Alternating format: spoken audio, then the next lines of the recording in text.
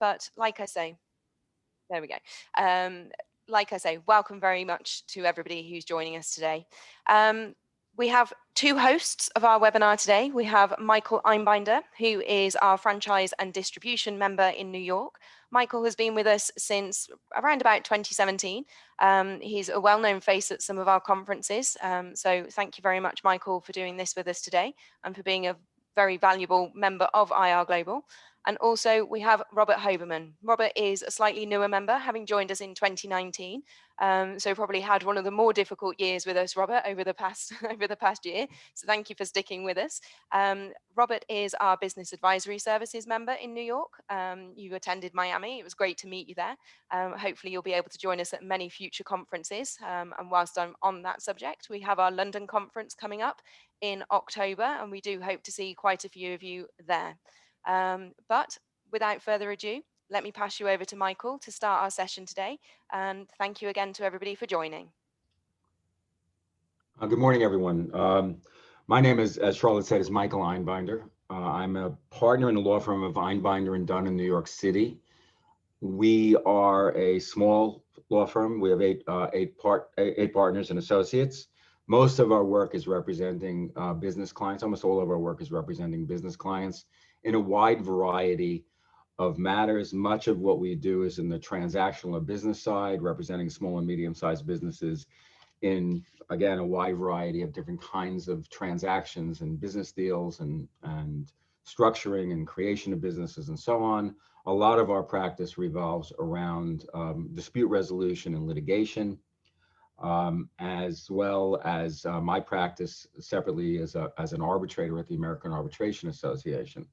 All of this gives me a fairly substantial overlook into how businesses are operated, should be operated, how they're governed, how they're established, and so on. So I want to give a little bit of information. There's a lot of information, obviously, about how to structure and operate businesses in the US.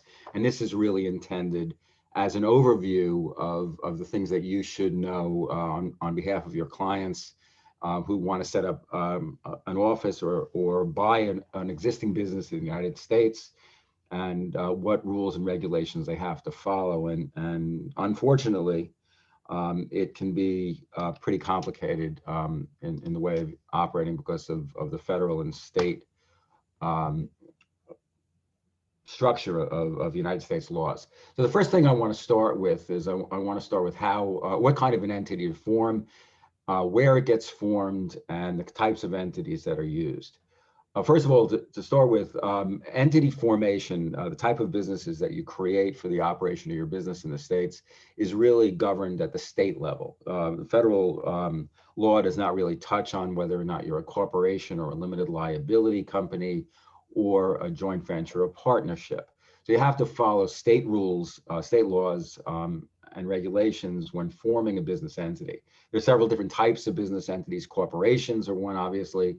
LLCs, or limited liability entities, limited liability company entities are another. And of course, there are partnerships, joint ventures, limited partnership, and a variety of others. But the most common that we see are corporations and limited liability companies. Corporations can either be S corporations or C corporations. There are others that may be involved in, for example, charitable work, which is a different designation. But C corporations and S corporations are a popular format for the creation of businesses. And they're really, the difference between an S and a C corporation is really at the tax level, with C corporations being taxed at the corporate level and S corporations being taxed at the shareholder level. Robert will talk a little bit more about this, I'm sure. Limited liability companies are essentially treated as partnerships for the purpose of taxes as well. And they are, at the individual level, they are also a very popular format for the creation of businesses. Less often used are partnerships and joint ventures. So as I said before, corporations and other entities, limited liability companies, are formed at the state level, and you have to comply with state laws. Where you form is really a question of both tax and law. And again, I will let Robert speak about the tax issues associated with the best place to form a corporation But from a state law standpoint on where you form an entity, we oftentimes either form entities where the business is going to be located, or in one of the states that has a set of laws that are friendly to majority partners or owners of businesses. And so it may be Delaware, which I'll talk about in a couple of minutes, but it may be Delaware, which has some regulations and rules that are favorable to the majority owners of businesses. And so oftentimes we form entities in Delaware, depending on the size and other aspects of the business. But one of the things that's critically important in forming an entity in the states is that your governance of that business. How do you operate internally? How are decisions made by the company, and how the owners of the company operate on a day-to-day basis with their internal structures. So shareholders agreements are created generally for corporations, whether they're S or C corporations, it doesn't make a difference.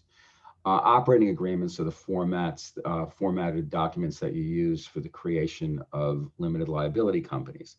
Both of those documents, as well as bylaws, which are used for corporations, are the governing documents for the operation of your business internally.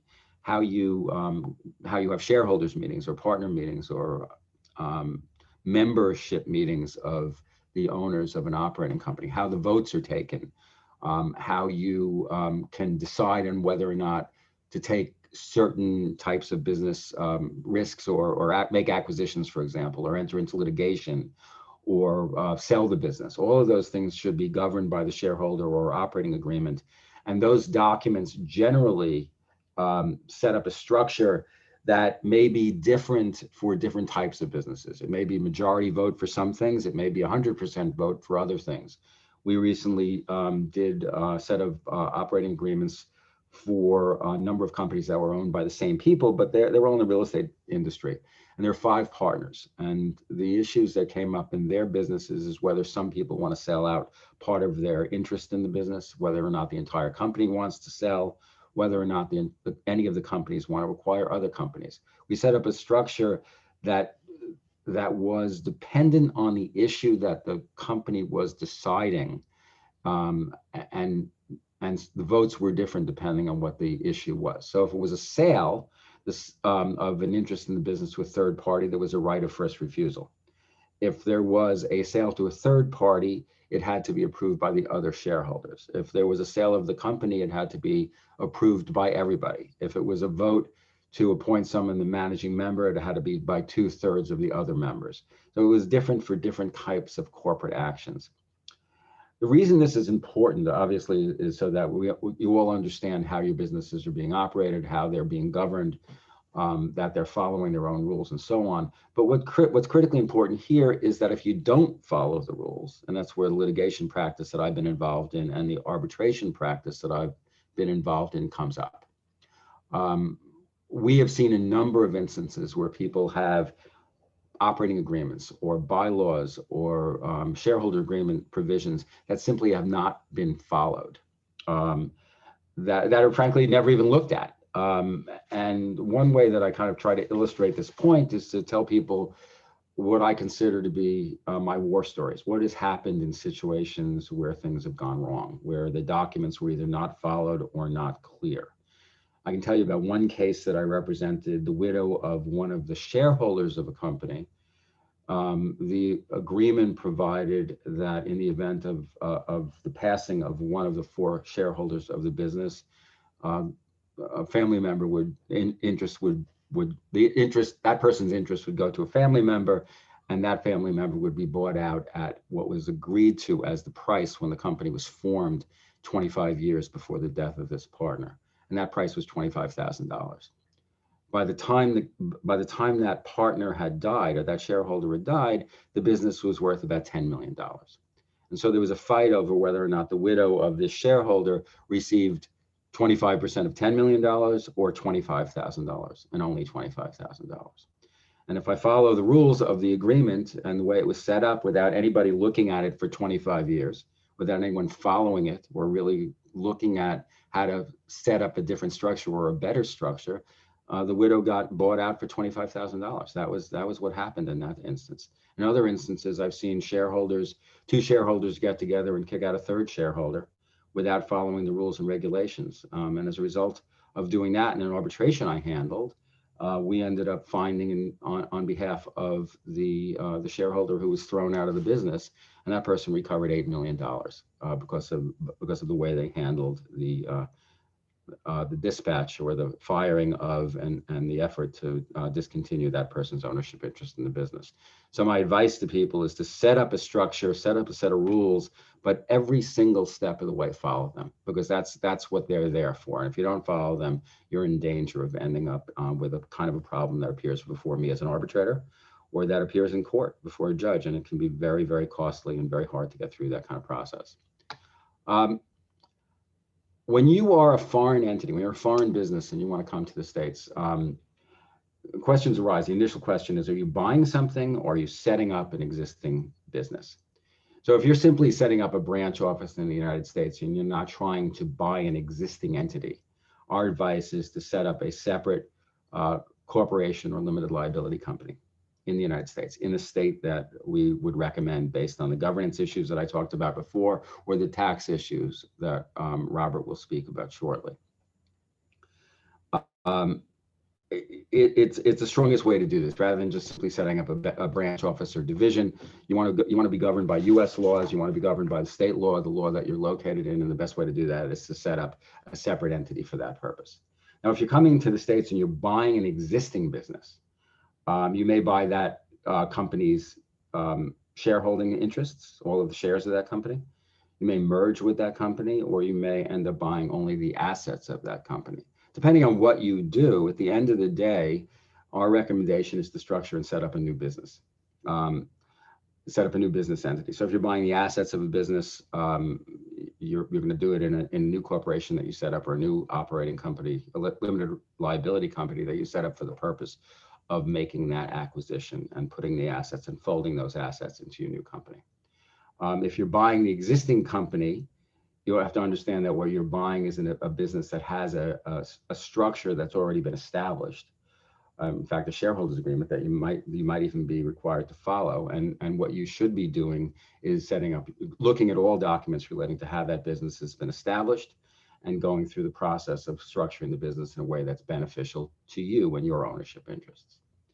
And so it's important to look at all of that kind of documentation during the due diligence process, but it's also important that once the acquisition is done, you take a wholesale look at everything that is involved in the operation of that business from a governance standpoint, and set up your own structure that, as I said before, is pertinent to the way that you want to operate the business down the line. And that includes whether or not you want to bring in other partners, whether or not there may be other owners who come into the business later, whether or not you want to set up subsidiaries later for that business. There's any number of things that you want to be able to set your structure up in order to be flexible in the way you operate the business down the line after the acquisition.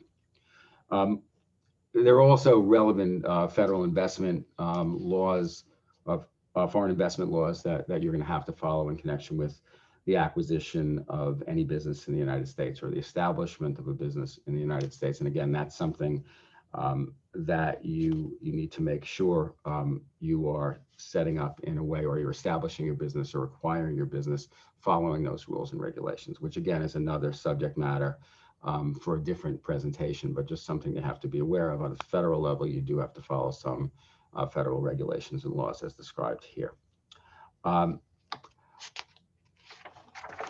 Depending on the location,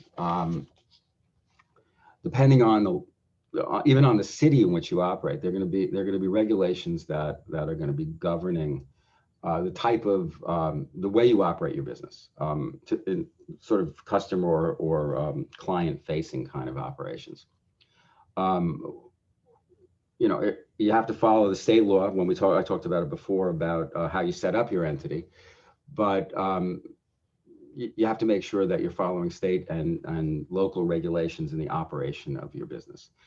Actually, that's my next slide. So I'll get back to that in or slide down the line a little bit. Let me get back to that in a few minutes. But in creating a new entity, you have to make a decision about what state it's going to be located in. That may be governed in part or controlled in part by where you're going to be located or the structural issues that I spoke about before. Sometimes it even depends on the type of laws that you need to enter into. Real estate is a whole different area of rules well, rules that apply and how you do business here. There are, of course, office leases or warehouse leases for the operation of your business in the States. And those kind of contracts are governed by the state law in the state in which the office or warehouse is located. And those laws differ from state to state. How you address problems with respect to the operation of that business, how you deal with environmental issues, maybe all of those things may be governed separately by federal and state laws, and you have to be careful about that. There are foreign trade zones in the United States, and you can look into those things as you decide on what kind of business you're going to operate in the United States as well, and where you want to locate.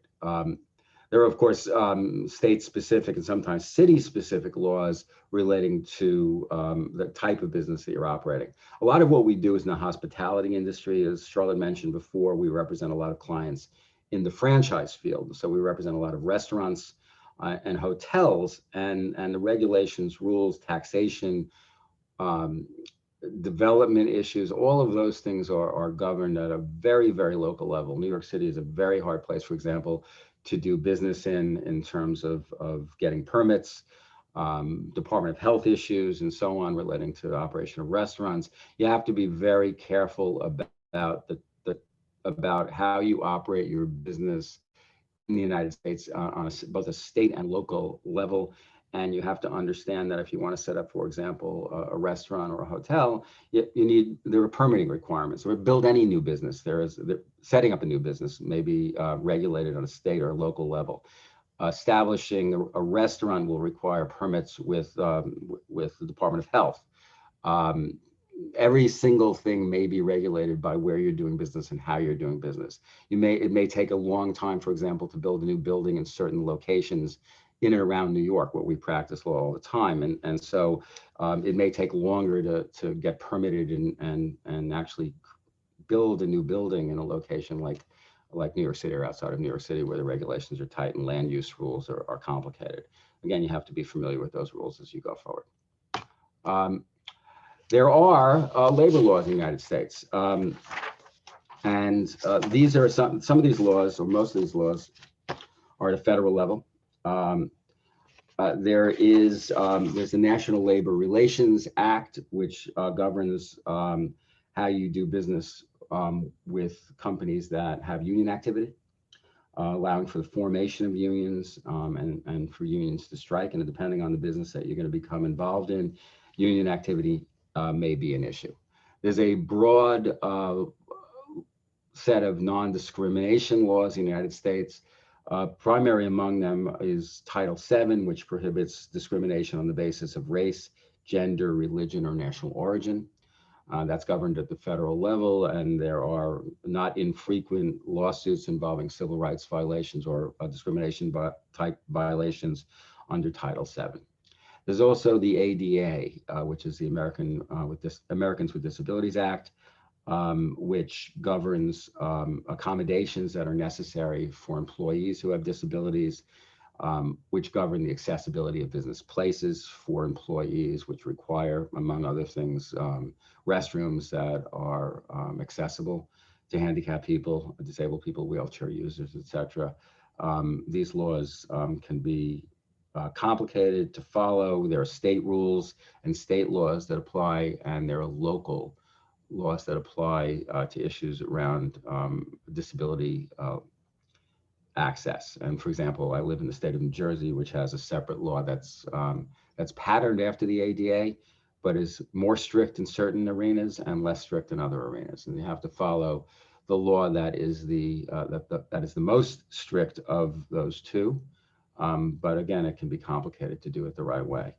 I'll talk about this in a few minutes as well, but ADA is also and state laws are also laws that have to be followed with respect to discrimination against disabled people who are customers or clients of yours. And so you have to be accessible. If you're in the hospitality industry, and many businesses, you have to be accessible to the general public. And so those rules have to be maintained and followed, or the premises have to be maintained, and rules have to be followed with respect to access. So there's again a whole host of rules that apply to discrimination. One of the laws that's not mentioned in this list that you should be aware of is the Fair Labor Standards Act. The Fair Labor Standards Act is a federal law that governs, among other things, the hours that people work in overtime pay. It also covers, issues around, it's also raised in connection with disputes where people are being paid as independent contractors, but they're really employees. And there's a set of evolving laws in the United States, depending on where you're doing business, as well as depending on which way the winds are blowing in the federal government here in the States, about how independent contractors are treated, and whether or not someone who is an independent contractor should be treated as an independent contractor as opposed to an employee. There are a number of different tests. The laws, as I said, are changing. They were less strict under the prior federal administration of President Trump and the rules in the Labor Department then, as opposed to the Labor Department now, and the rules that are changing and evolving now that have to do with overtime, have to do with independent contractors. I think the trend is that more and more people are being treated as employees when the business owner may want to treat them as independent contractors, which has an advantage if you can use it for taxation purposes and other issues. So it becomes somewhat complicated. There's a lot of litigation over issues associated with this. If someone's working, for example, more than 40 hours a week, they're entitled to time and a half, and for that pay. And there have been a number of cases that have been very, very costly to businesses where they don't follow those rules scrupulously. There are also state level rules associated with overtime and other things, including medical leave and other issues. New York has got a wide variety of regulations that affect issues like this, and you have to follow them at a local level as well as a federal level. My next slide is about immigration. So I'll start by saying that I do not do any work in the immigration field, although I'm somewhat familiar with it. We refer these out to people who specialize in this kind of work. But obviously, people who work for you can be U.S. citizens. It can also be a green card holder, and there are work visas as described in this PowerPoint this PowerPoint slide. So there are some issues that you should become familiar with. I'm sure you will be if you're deciding to operate in the United States. But there are visas that allow people to come to the States to work for periods of time without going through much more than a visa requirement. But these are fairly complicated. I'm not going to suggest that I can give you any substantially detailed information about that, just that you have to be cognizant of it and follow the rules and regulations associated with it. The United States generally is what's referred to as an employment at will. Well, state laws in the United States are employment at will, meaning that you can fire you can hire someone and fire them at any time for cause or without cause, as long as you don't do it for a discriminatory reason. There's no right to be employed unless you're under an employment contract, and even then you can be dismissed, but you're subject to the terms of the employment agreement, which means that your employee will get paid for a period of time if the employment agreement provides for that, and if the employee is fired without cause. For high-level employees, we always recommend that employment agreements are done and that they're carefully done so that they cover all sorts of contingencies, including the basis on which people can be terminated if their work is less than is required, or if they act improperly in the workplace, and so on. And all of that's critically important to be done in a way that is clear as can be, and that sets up a lot of the that is set up for the contingencies that can apply in a workplace environment. So again, employment agreements can be very important. I said before that you can't fire anyone for discriminatory reasons.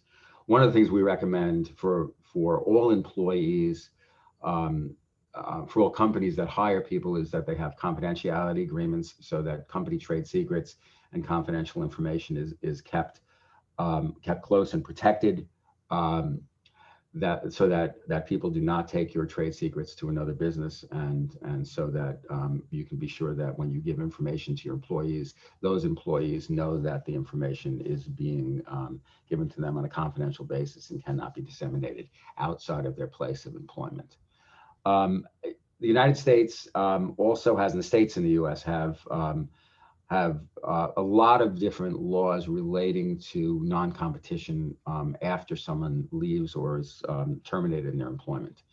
Whether or not a non-competition agreement or clause in an agreement is going to be enforced is dependent on a number of issues, including the scope of the limitation. That is, what someone is not permitted to do after they leave an employment leave someone's employment. So for example, we've represented companies in the insurance field where non-competition agreements prohibit them from working in any type of insurance. That may be too broad.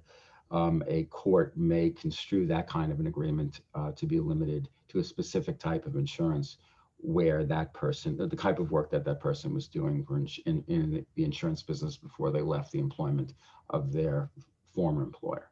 The geography of the non-competition agreement is also important. Sometimes it has to do with the number of miles from your place of employment. Sometimes it has to do with the state that you're located in. So, for example, if I have a non-competition agreement, it may prohibit someone from working in the same industry in the state of New York, but it won't stop them from working in California. You've got to be careful about the scope and geography of agreements, because what can happen is that agreements can be unenforceable if they're too broadly written. The overall scheme of things is that employment agreement non-competition provisions should have a legitimate business purpose, and by that I mean that it should be tailored to protect your business, but not much more than that. So for example, in the insurance world that I spoke about before, if you limit post-employment competition to serving the same type of customers, you'll be more likely to have that enforced than if you, because that's a legitimate business purpose, than if you broadly stop someone from operating in any type of insurance-related business down the line. The reason I put California on the slide is because in this particular arena, California is different than every other state in the United States. It prohibits the enforcement of non-competition agreements anywhere. I also tell you that California is kind of different than any state in the United States in a lot of different areas, including many things having to do with employment and related issues. Again, you can be terminated for cause or without cause. So I just wanted to mention that again because it's fairly important. We do a lot of work in the intellectual property arena. A lot of that work is related to our franchise practice, which I'll talk about very briefly in a minute. But in connection with franchising, trademarks are critically important, and you should do everything you can possibly do to protect that. I'll discuss that again in a few minutes. Patents are also protectable. Patents and trademarks are governed by regulations at the Patent and Trademark Office in Washington, that's the best way to protect it. I'll explain that in a minute. Copyrights.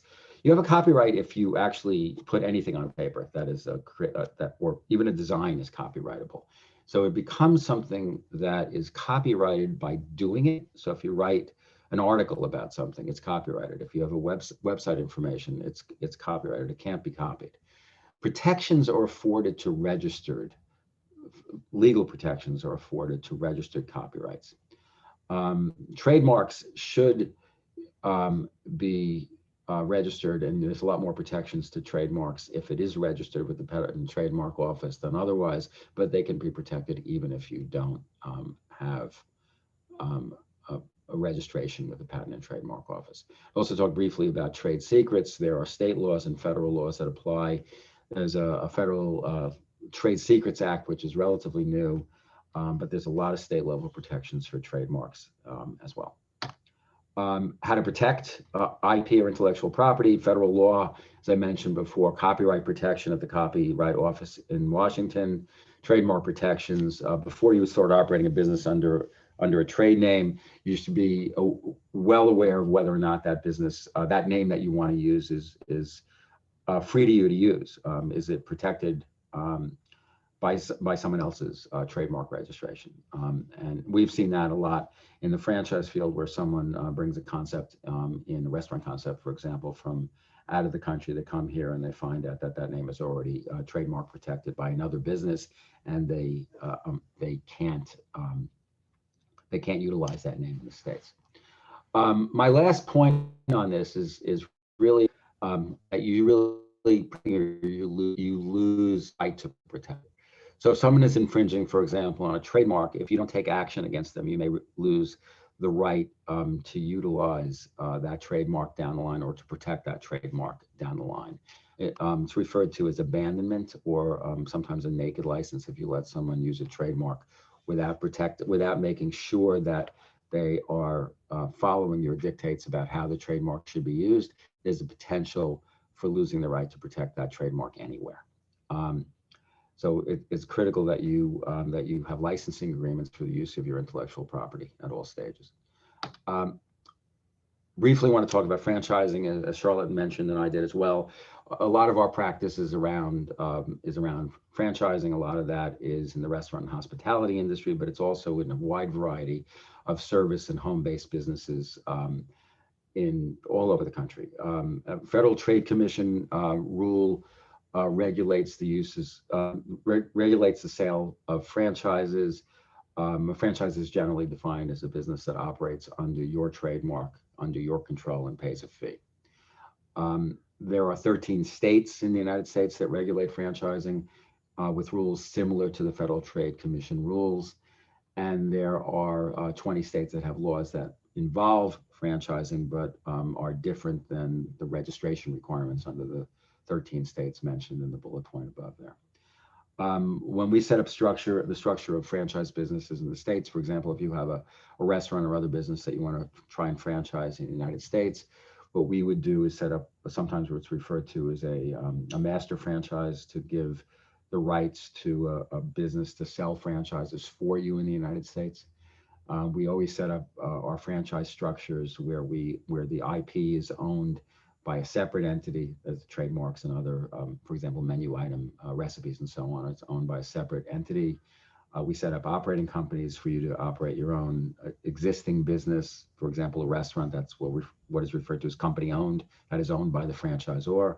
We set up a separate franchising entity to sell franchises, and we set up a separate entity to sell products and services to the franchisees. So it might be secret sauce for a restaurant, or maybe whatever product the restaurant is going to sell. We want to control that, and we want to sell it to franchisees, and we set up a separate business entity to do that. Licensing is similar to franchising. Franchising is more heavily regulated, and the rules about franchising are what I said above, which is the trademark control and fees. Licensing can be different than that. Again, sort of a complicated series of questions about whether or not you're doing something that is a license or a franchise, and not something that I can get into much depth on here. Briefly about insurance, get insurance. That's the first thing I'll tell you. General liability insurance, business and property insurance, business interruption insurance, which has been a significant, substantial issue during the pandemic, with many lawsuits over whether insurance policies are covering COVID-related interruptions in the operations of people's businesses in the States. And you have to look very carefully at your insurance policies to make sure they will actually get covered. It remains to be seen whether insurance companies will sell business interruption insurance that will cover pandemic-related activities or issues after what's happened over the last year or so. Workers' compensation for any business that's operating, so that your employees are covered in case they get injured on the job. And cybersecurity insurance is becoming more and more critical. As you may have seen in the news, there have been a number of ransomware attacks on infrastructure, on businesses in the States, where their computer systems have been hacked into and taken over or frozen, and cybersecurity insurance is paying for a lot of the ransom payments that have been made. For your employees, you need to be careful about medical benefits that are offered by your company and disability benefits, and that's something that you should review with an insurance broker before you set up business. My last slide is about about the type of dispute resolution methods in the States. The United States has a federal and state court system. Federal court will hear cases involving citizens of different states or out of the country in a different state in the U.S. The federal courts will also hear lawsuits relating to what are called federal questions around issues associated with federal law. So, for example, discrimination lawsuits that are violating Title VII will be heard in federal court. FLSA, Fair Labor Standard Act cases that I was discussing before about overtime will be handled at a federal level. Day-to-day business disputes are handled at a federal level for the most part if the lawsuits involve businesses in different states. Otherwise, you'll be in state court if you're in court at all. And I'll tell you from a fair amount of experience, I prefer being in federal court to state court just because of the nature of the skill level of the federal court judges as opposed to state court judges. And we have had much better success and feel like we've gotten better justice for our clients in federal court than in state court. ADR, which stands for Alternative Dispute Resolution, is arbitration and mediation. Mediation is in a formal way of trying to resolve disputes between parties where a judge or a lawyer assists the parties in doing that. It's not binding. It's merely a more structured way of trying to settle disputes. Arbitration is private courts, basically. I'm an American Arbitration Association arbitrator. American Arbitration Association is an organization that establishes a set of rules and retains the services of arbitrators to hear cases. It's a private setting. The information from an arbitration is not public. If you want to require if you want to arbitrate as opposed to go to court, there'll have to be a provision in your agreements with counterparties requiring arbitration of disputes rather than allowing people to go to court. Arbitration is, I think, a pretty powerful way and a less expensive way of resolving disputes and can be very beneficial. Who pays the fees and court costs associated with disputes? In general, the parties to the disputes pay their own lawyers and their own court fees. The exception to that is that there are some federal and state laws that require payment of legal fees by the losing party, the legal fees for both sides by the losing party, or in favor of the prevailing party. The party who wins gets legal fees reimbursed by the other side. But in general, and there are agreements that people create, that businesses create, that require payment of attorney's fees to the prevailing party. But in general, lawsuits are paid for. The cost of lawsuits are paid for by the individual parties to that lawsuit, and not the losing party unless there's a law or an agreement to the contract. The procedures, again, this is something you have to follow scrupulously. There are a set of rules that are established for how courts, federal and state courts, or arbitrators act in the resolution of disputes, and they are followed very strictly by the courts and arbitrators when matters appear before them. And then there's timing. There are laws in the United States what are referred to as statutes of limitations. I'm sure there are in other countries as well on a state level that dictate how much time can elapse between the time that a dispute accrues or arises and the time you go to court or arbitration to resolve it. That can be anywhere from a year to 6 years in most jurisdictions. There are some agreements that limit that even further. So you have to follow those rules as well. So that's all I have. I'll pass it back to Charlotte to pass it to Robert, but thank you for your time. And I'm here to answer any questions. Thanks ever so much, Michael. That was excellent.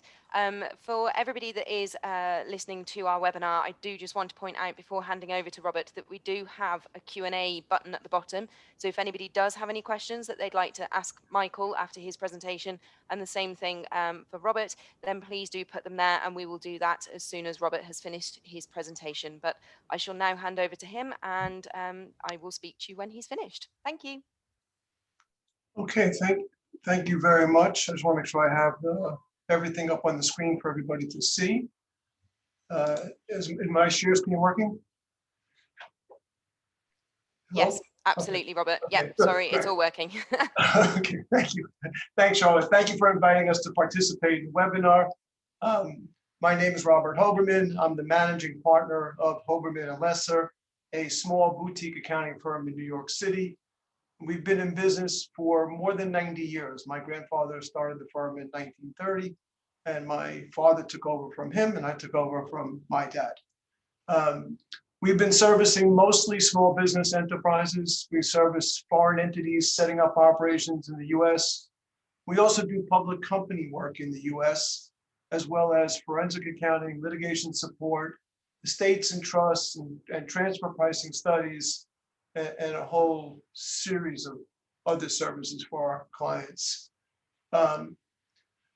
Before I get started, I just want to apologize in advance if the language that's translated is translated poorly. I never mean to offend anybody, but the translation may make embarrassing or offensive errors that are out of my control. I'm going to cover a lot of topics and will not be able to go into any of them in great detail since there's only very limited time. I'm going to cover this relatively quickly, but I just want to give everybody enough information to help you to seek the answers to questions that may come up and that could affect you or your clients. So for most foreign companies doing business in the US, the first important choice is the type of entity to choose. Most foreign companies choose to be a corporation. It is the simplest way to set up an entity in the US. And a very close second choice would be to form a limited liability company, an LLC. And typically, a foreign entity will elect for the LLC to be taxed like a corporation.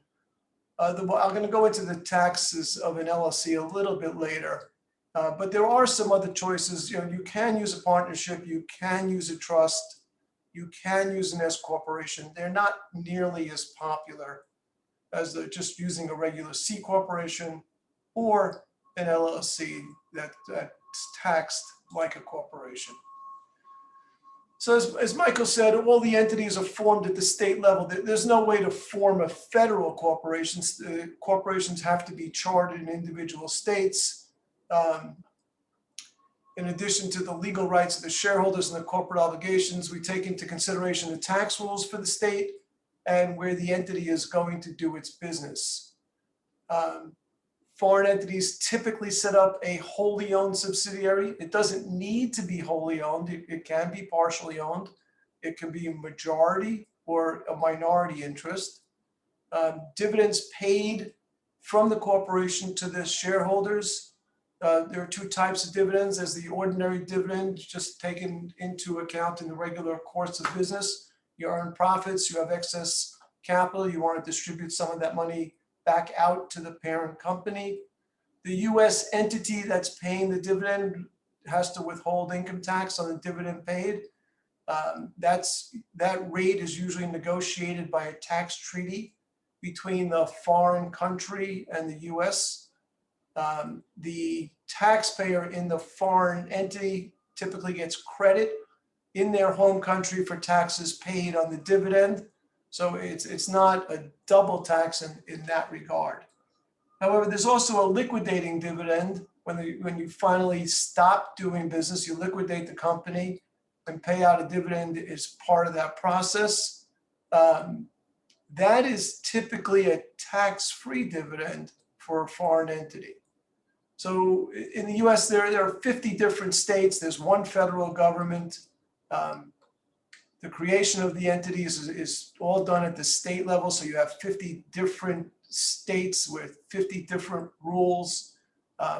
You need to file tax returns at the state and federal level. So if you form in New York, then you have to file a tax return in New York. If you form in New Jersey, must do a tax return there. Additionally to that, any state that you have nexus for income tax purposes, and I'm going to go into that in a little bit, you have to file in that state as well. For LLCs, they come in a couple different flavors. You can have a one-member LLC, and a one-member LLC for tax purposes is disregarded, meaning that all the income is reported on whoever owns the LLC. You can have two or more members, and then it's taxed like a partnership. And again, as a partnership, the partnership typically pays no tax. All that income flows through to the partners, and then the partners pay the tax. However, an LLC can elect to be taxed like a corporation, and then the LLC would pay the tax, not the owners. And typically for a foreign entity, if they set up an LLC, and some of that has to do with liability protections and some different reporting requirements, but most foreign entities, if they form an LLC, want to elect to be taxed like a corporation, they're typically owned by a foreign entity, and they don't want the foreign entity to have to file a tax return in the US. But if you're going to make that election, it has to be made within 75 days of the start of any tax year. So if you want the election to be effective for the calendar year 2021, then you would have had to make and you form the entity on January 1st, you'd have until March 15th, 75 days to make the election. You can make an election for 2022 if you miss the 75 days. So it's an annual, the ability is annual to make the election, but once the election's made, it's in effect forever. In a partnership, the income or loss flows through to the owners. The owners have to file and pay a tax return, whether cash is distributed or not. And when partnerships distribute money to their foreign owners, or profits to their foreign owners, there's a withholding tax that's required. Very few foreign entities will ever choose to form as a partnership. There are very limited circumstances. You can also operate in the US as a branch of a foreign entity. So there it's a non-resident foreign entity selling goods or services into the US. If the foreign entity has what's called effectively connected income to the US, it has a permanent establishment defined as a fixed place of business. You rent an office, you rent a warehouse, or you have employees in the US for more than 180 days. You have people that are on payroll here. Then that foreign entity has to file a tax return in the US. If the effectively connected income is greater than 25% of the foreign corporation's gross income, then the dividends paid to a US non-resident will be subject to withholding. There could also be a branch profits tax of 30% that may or may not be eliminated by a tax treaty. We recently did have a case with a company in the UK who decided they were going to drop down some intellectual property into a subsidiary in the UK. And that UK subsidiary was going to do business in the US. And the way that it was structured, even though it had a permanent place of business in the US, they were comfortable filing a tax return because the only thing that would be shown were the economic activity of the subsidiary. If you're not effectively connected with the US, you sell goods and services into the US, you don't have a place of business, you don't have employees, then you do not have to file a US tax return. However, the rules for sales tax are different because of the Wayfair decision, and I'm going to go into this in a little bit. So nexus for income tax purposes is now different than nexus for sales tax purposes. purposes. And that was a very big change in US reporting and tax and filing requirements. US corporations can do business outside of the US, and this is the reverse way. This is a US entity doing business in a foreign country. That could be subject to subpart F income. They may have to pay taxes on the income that's not repatriated back to the US. This is a very complicated topic. I'm not going to go into it here. I'm just going to let you know that it exists. And if you have a situation like this, then you should get further advice and counsel on it. So taxes in the US, corporations, LLCs that elect to be taxed like a corporations, there's two levels of tax. There's a federal tax and a state tax. Right now, the maximum federal tax rate is 21%. The current administration is trying to raise this to 28%. There's a lot of conversation as to whether or not it'll actually go to 28%, maybe it'll go to 25%, or maybe it won't get changed at all. They can never agree on anything. Then you have the state tax level, and state income taxes are deductible against federal income. Federal income taxes are not deductible.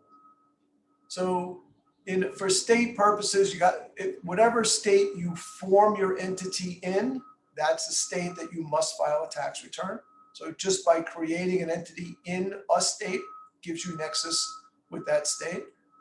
And then as well, any state that you do business in, that you have nexus with. So if you have if you form an entity in New York and you have employees in New Jersey and a warehouse in Connecticut, then you have to file a tax return in all three states.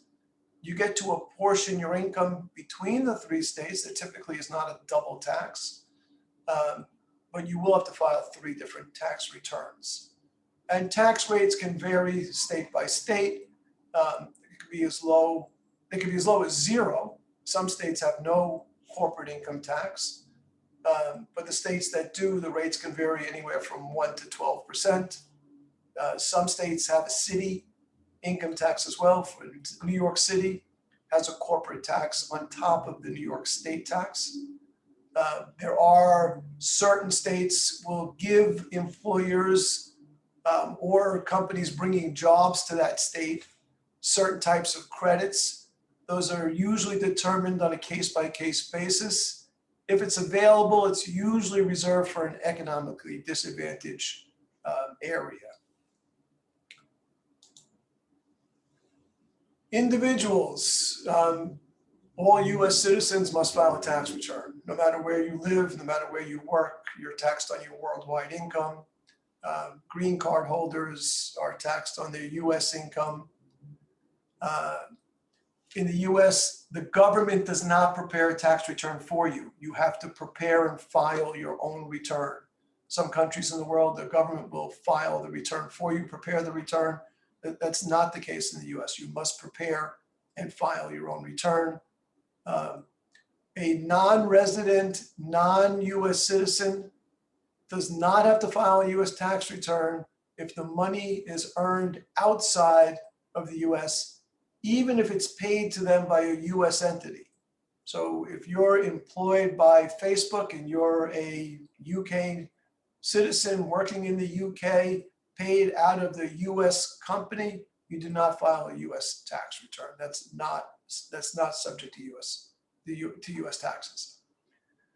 If a non-US citizen has to file a tax return in the US and pay tax in the US, typically they get a credit in their country of citizenship for taxes paid to the US, so they're not taxed on the same income twice. Right now, the maximum federal tax rate is 37%. The current administration wants to raise that to 39.6%.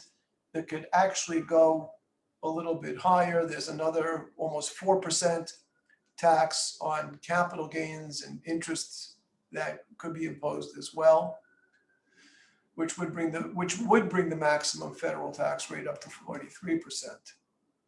States have the same requirements. You have to file a tax return in the state that you live in as well as where you work. So whether you live there or if your income is earned there, you must file a return in that state. And again, some states have a local personal income tax, like New York City has a personal tax as well as a corporate tax.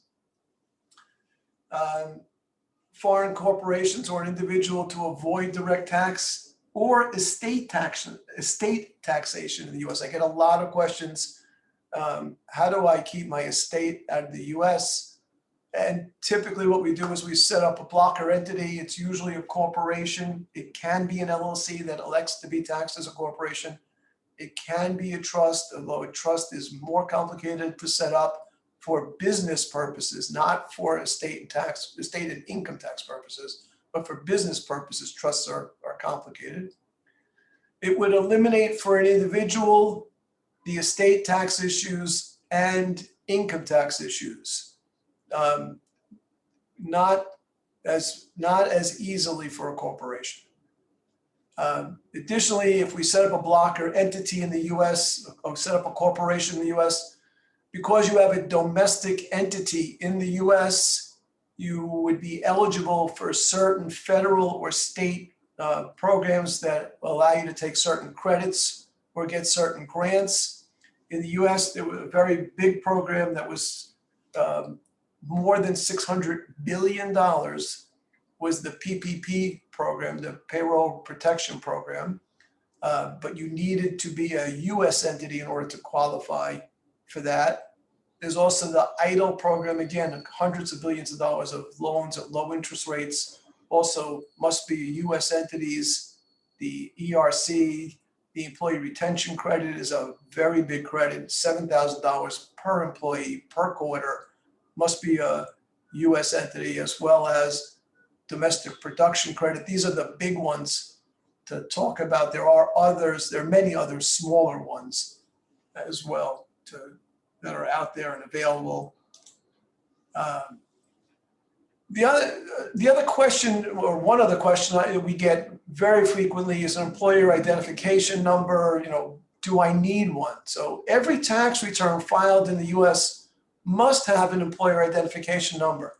If it's an individual, it's called a social security number. If it's a business entity, it's called an employer identification number or an EIN. Every tax return needs it to file. You're going to need it to open up a bank account in the US. And what do you have to do to get one? There's really two ways, and it's just as simple as this. You need a responsible person. If that responsible person has a social security number, then you can get an EIN in 10 minutes. You can get it over the phone or online almost. Now, the term responsible person is a term that the IRS uses. You're really not responsible for anything. The person doesn't have has barely any legal or contractual liabilities, but they just need to know that there's a person that they could send a notice to if they want to contact the corporation. But that person, that responsible person, has to have a social security number. It doesn't have to be a US citizen, but must have a social security number. If you don't have a responsible person, then it becomes much more time consuming. Not that it consumes a lot of time to do it, it's the response time from the IRS is horrible. You have to file a Form W-7 and submit it with numerous original documents, your passport, there's a whole bunch of information that they require. And you may even have to show up in person to go for an interview. That whole process can take anywhere from 2 to 6 months. So on the easy way, 10 minutes, the hard way, 2 to 6 months. We try very hard to have people find somebody who will act as their responsible person. Nexus. So nexus for income tax purposes. At the federal level, for a foreign entity, non-resident in the US, if you have effectively connected income to the US, again, permanent establishment or employees more than 180 days, then you have nexus with the US, that's a foreign entity. Typically, the states will use that definition for their reporting requirements as well. But the states, their definition is a bit different. For income tax purposes, it's a physical presence test. So inventory, fixed assets, employees. So the big one is inventory. You send inventory into a public warehouse from a foreign entity, and the public warehouse is located in the States. You now have inventory located in New Jersey. New Jersey very well may require you to file a tax return. There are exemptions for things like Amazon. If you send it to Amazon and they take responsibility for making the sale, collecting sales taxes, then you could probably get away with not filing an income tax return as well. Sales tax is a different story. Sales tax, a couple of years ago, the US Supreme Court, highest court in the land, came out with a decision, the Wayfair decision. Even if you don't have nexus for income tax purposes, you could have nexus for sales tax purposes. And sales tax, I think I have this going on a little bit later, but sales tax are a tax imposed at the last consumer of the good. It's different than a VAT tax. We also assist companies, typically foreign entities, with transfer pricing. You have to prove that the transaction is an arm's length transaction. This is very typical and customary. A lot of countries have these types of requirements. If you don't have a transfer pricing study, you could be subject to penalties that are as much as 40% of a transfer pricing adjustment. So the penalty is fairly onerous. You could also wind up with a double taxation because the country that is providing the goods and services to the US, they may not give corrective action to an IRS adjustment. There are different types of transfer pricing studies. There's a transaction comparable profits, profit split methods. We do all of these. And there's even an option.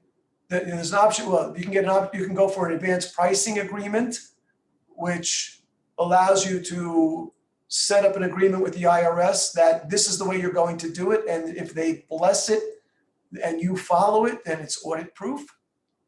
And as well as there's a thing called a benchmarking study, which is the equivalent of what I would call a transfer pricing study light. It's less expensive, and for many smaller companies that do $1 to $10 million a year in sales or turnover, a transfer pricing study light, a benchmarking study, may suffice for your needs without going through the formal transfer pricing study. I get a lot of questions. How do I capitalize my new entity? Do I put money in as loans? Do I put money in as equity? I guess the different ways to look at this in a very broad scope is equity. The money is locked into the corporation, not easily taken out. Loan, but not subject to interest. For loans, the money is not locked into the company, easy to take out. You do need loan agreements, and lawyers can certainly help you draft those. But the payback is easy. So getting the money out as a loan is much easier than getting the money out as equity. Banking, finance issues. Many times you need to open up a bank account in the US. We typically tell people they should find a bank that will be easiest for them to open the account, do business in the US. And that's usually a bank or the branch of a bank that their foreign country has operations in. So if you're operating, in your home country, and you have a choice of using a big bank that has branches in the US or an affiliated division in the US, that's the easiest way to open up a bank account. US bank accounts, over the last number of years with different acts that have been put into effect, are required to be skeptical of their customers. We have what's called, what we refer to as the KYC rules, the know your customer rules. So the banks, if they don't know who you are required to go through a series of steps to verify who you are. And it gets to be a bit intrusive, and they may actually turn you down if they can't satisfy themselves. If you want a line of credit, US banks will usually, for lines of credit more than $1 million, they will require a US-based GAAP or an income tax basis financial statement. Foreign entities have a difficult time getting a line of credit unless the owners of the entity have a relationship with their home bank in their home country. Sales taxes in the US, sales tax is different than a value-added tax, the VAT tax. Sales taxes are a consumption tax levied against the ultimate consumer. You don't pay sales taxes every step of the way. You only pay it at the end. The consumer pays the tax to the seller. The seller is required to hold on to the tax and remit it to the government. They're called trust funds. There are a whole bunch of very onerous rules, regulations, and penalties if the seller does not remit the trust funds to the government on a timely basis. Sales tax liability is determined where the ownership of the goods passes, where title passes, not the shipping point necessarily. It's where actual title passes to the consumer. And sales tax rates can vary state to state, 2.9% in Colorado, almost 10% in Tennessee. State and city sales taxes combined could be over 10%, Seattle, Washington, New York is one of the most complicated sales taxes to contend with because we have a state sales tax of 4% and then an add-on for a county, and there are 62 counties in New York. And each county imposes a separate add-on tax. So you need to know what county you actually sold the good at. Items sold for resale, no sales tax is collected, not until the ultimate consumer buys it. Sales tax rules vary from state to state as far as what's taxable. So in New York, for instance, to show you how arcane and crazy the rules get, in New York, if you buy a loaf of bread at the market and you buy a pound of sliced ham and you buy a jar of mustard, none of those items are subject to sales tax.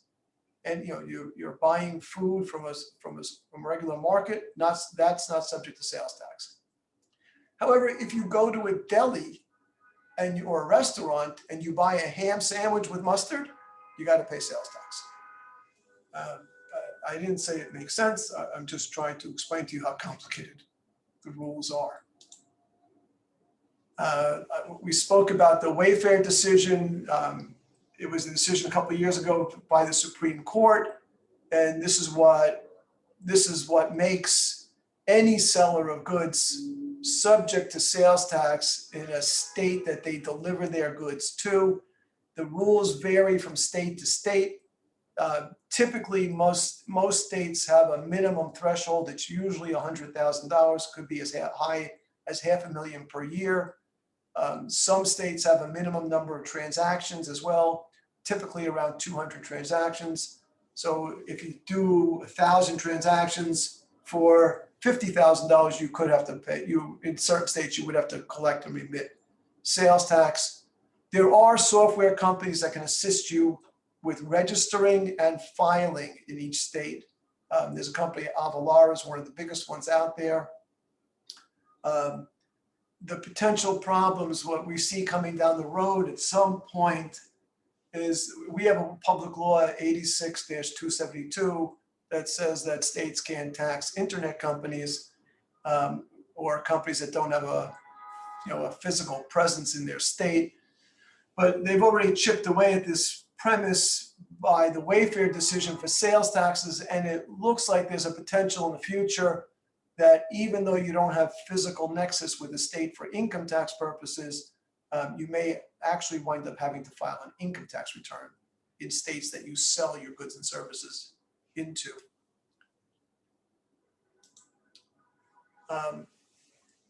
employment considerations, again, questions that we typically get asked. When is a person deemed to be a non-employee? So the IRS has a 20-part test to see if someone's an actual employee or independent contractor. The test has most of it's to do with who has control over what the person does and how they do it. But again, this is 20-part test. If you fail any one part of the test, it doesn't automatically make someone an employee. It's what we refer to as a preponderance of evidence test. Meaning that if you start to fail multiple parts, then it starts to look more and more like that person's an employee. If they're an independent contractor, it is significantly less for the company to pay that person. There are no payroll tax returns. There are no compliance issues with filing payroll tax returns or paying payroll taxes on the employee. Their responsibilities to the employee are significantly less. But it's a tricky area, and the government is on a big push to try to have companies treat more and more people as employees instead of independent contractors. But if they are an employee, then you have to pay payroll taxes, and there's certain types of insurance you must provide them with, certain types that are optional. So the big tax is Social Security tax. There are certain foreign nationals that could be exempt from the Social Security tax if they're transferred to the US temporarily. Less than 5 years is temporarily for this purpose, provided they're subject to Social Security tax in their home country. However, if a foreign national contributes to the Social Security system here for more than 18 months, then they will have earned a benefit that's payable to them. In the US, half Social Security tax is paid by the employee, and a matching half is paid by the employer. The Social Security tax is 7.65%. As an employer, you have to provide unemployment insurance, both federal and state. You must provide disability, workman's comp insurance. There are big penalties for not having those two types of insurance. You have to file payroll tax returns quarterly and give the information to the government, federal and state every quarter, as well as provide the employees with what's called the W-2 at the end of the year. And that tells the employee how much money that they've earned over the year. And there are many companies in the US that will prepare all this, ADP, Paychecks. There's a whole industry devoted to paying payroll and filing tax returns for you, and we can help you find those companies if need be. Other considerations for employees typical in the US is paid time off for some period of time, whether it's 1 week, 2 weeks, 3 weeks. The length of the work week in the US, it's typically a 40-hour work week. Most employees qualify for overtime. They work more than 40 hours, you have to pay them time and a half. There is a category of employees, of certain types of salary employees that don't qualify for overtime. Whether or not you're going to give them sick days, New York recently passed a law that you must provide for sick days. Whether or not they can unionize, minimum wages. You have to pay the higher of the state or federal minimum wage. Right now, the federal minimum wage is $7.25 an hour. There's talk about raising that to $15 an hour. You'll need a payroll service company to file the forms. But if you do use a payroll service company, then they'll take responsibility for any penalties for either late filed or incorrectly filed returns if it's their fault. They can also help you with human resource compliance issues as well. There are various types of tariffs. I'm not going to go into that. That's a whole nother topic. That could be a whole nother hour webinar all by itself. But tariffs typically are either a fixed dollar amount or a fixed percentage, usually imposed on imported goods. Not all goods are subject to tariffs. Services are usually not subject to tariffs in the US as well.